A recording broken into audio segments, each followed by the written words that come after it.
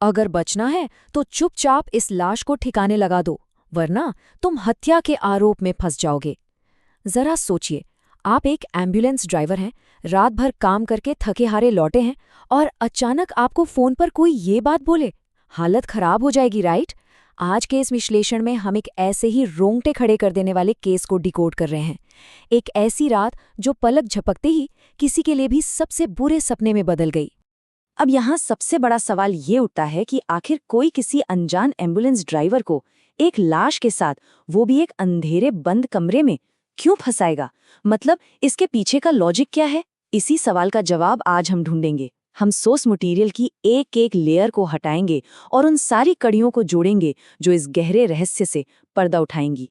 तो चलिए सीधे चलते हैं आज के हमारे मेन टॉपिक पर, फ्लैट 7E, एम्बुलेंस ड्राइवर की वो रात।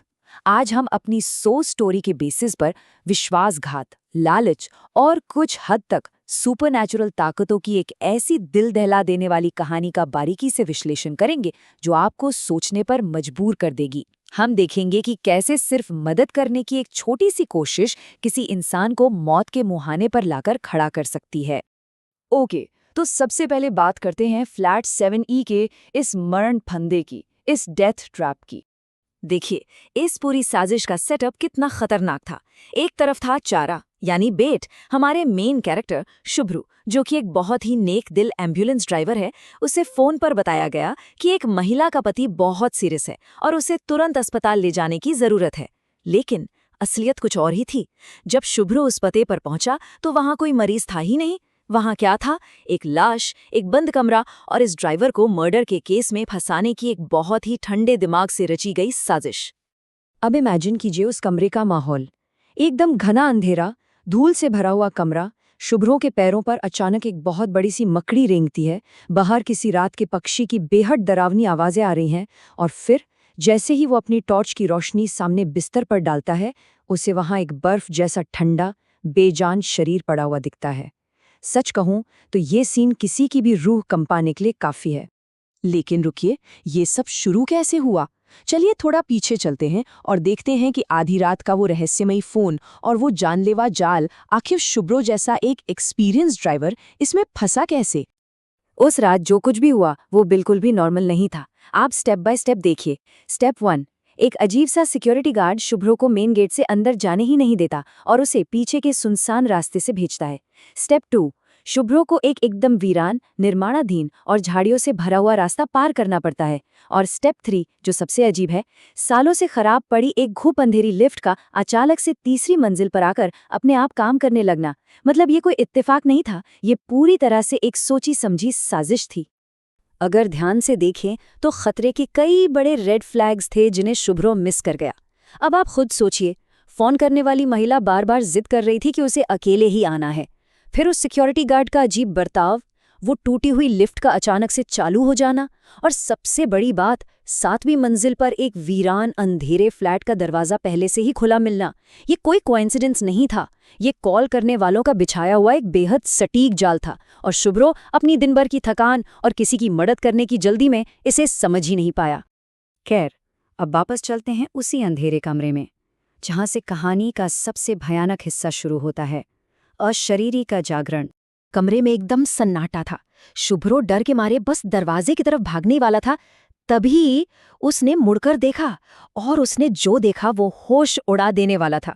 वो बर्फ सा ठंडा, बेजान शरीर अचानक अपनी आंखें खोलता है और बिस्तर पर सीधा बैठ जाता है।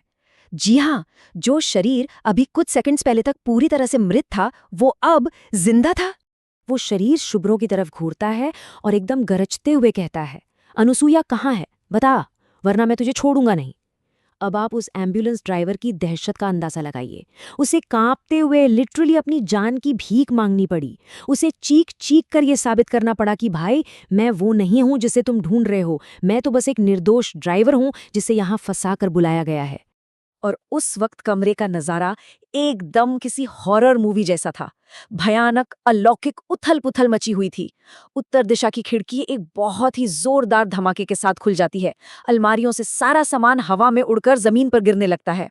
एक अजीब सी पागलपन भरे खौफनाक हंसी पूरे कमरे में गूंजने लगती है। और तो और एक फूलदान हवा में तैरने लगता है। शुभ्रो ने उस वक्त जो खौफ महसूस किया होगा उसे शब्दों में बताना मुश्किल है। लेकिन जब शुभ्रो ने रो रोकर अपनी सच्चाई बताई, तब जाकर वो आत्मा थोड़ी शांत हुई और अपनी दर्दनाक कहानी सुनाने को तैयार हुई। और यहीं पर हमें पता चलता है पत्नी के निर्मम विश्वासघात के बारे में। ये पाठ हमें ये दिखाता है कि असली डर किसी भूत प्रेत से नहीं बल्कि इंसानी फितरत से होना चाहिए।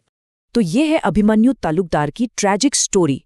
वर्षों पहले उसे अपनी पत्नी अनुसुईया के अफेयर के बारे में पता चला था, लेकिन कुछ महीनों बाद अपने प्यार के खातिर उसने उसे माफ कर दिया, जो कि सच कहा जाए तो उसकी जिंदगी की सबसे बड़ी गलती साबित हुई। कुछ दिन पहले ही वो गंभीर अस्थमा का शिकार हो गया। और फिर आती है वो आखिरी रात, जब उसे अपनी पत्नी की सबसे ज्यादा जरूरत थी। तब अनुसुईया ने क्या किया? उसने अभिमन्यु को बाहर से कमरे में बंद कर दिया, उसका फोन और जीवन रक्षक दवाइयां चुरा लीं और उसे तड़प तड़प कर मरने के लिए वहीं छोड़ दिया। अब सोचिए, अभिमन्यु कोई आम इंसान नहीं था। वो एक बहुत ही सक्सेसफुल सरकारी वकील था। उसने अपनी पत्नी अनुसुईया को जिंदगी की हर खुशी दी थी, लेकिन उसी पत्नी ने अपने प्रेमी बप्पा के साथ मिलकर उसकी सारी जीवन भर की कमाई लूटने और उसे बेदर्दी से मारने की साजिश रची। ये देखकर सच में रोंगटे खड़े हो जाते हैं कि लालच में अंधे हुए इंसान किसी भी डरावनी आत्मा से कहीं ज्यादा खतरनाक और क्रूर हो सकते हैं। लेकिन कहते हैं ना, बुराई चाहे कितनी भी चालाक क्यों न हो, उसका अंत होता ही है। चलिए देखते हैं इसका अंतिम न्याय कैसे हुआ। शुभ्रो ने उस आत्मा से वादा किया था कि वो दोषियों को सजा दिलवाएगा, और उसने अपना ये वादा निभाया भी। शुभ्रो ने पुलिस में जाकर पूरी डिटेल में रिपोर्ट दर्ज करवाई, और उसी के आधार पर एक्शन लेते हुए पुलिस ने मास्टरमाइंड पत्नी अनुसुईया, उसके छुपे हुए प्रेमी बाप्पा और चंद पैसों के लिए साजिश में शामिल उस लालची सिक्योरिटी गार्ड, इन तीनों को तुरंत अरेस्ट कर लिया और उन्हें सलाखों के पीछे डाल दिया। और इस पूरी डार्क और खौफनाक कहानी में एंड में इंसानियत की एक बहुत ही खूबसूरत मिसाल देखने को मिलती है। अपने वादे के मुताबिक पुलिस की कार्रवाई के बाद शुभ्रो ने खुद आगे आकर व्यक्तिगत रूप से अभिमन्यु के अंतिम संस्कार की जिम्मेदारी ली। इतनी भयानक रात देखने और इतने बड़े धोखे का सामना करने के बावजूद शुभ्रो की इसी इंसानियत ने उस तड़पती हुई आत्मा को अंततः मुक्ति और शांति दिलाई। तो इस पूरे केस को डिकोड करने के बाद एक बहुत ही गहरा सवाल हमारे सामने आता है। क्या ऐसे स्वार्थी और क्रूर काम करने वाले लोग कभी भी जिंदगी की इस लड़ाई को सच में जीत पाते हैं? किसी का भरोसा तोड़कर और अपनी इंसानियत बेचकर हासिल की गई दौलत से क्या वाकई कोई सुकून से सो सकता है? ये एक ऐसा सवाल है जो इस केस के खत्म होने के बाद भी हमारे दिमाग में लंबे समय तक गूंजता रहेगा।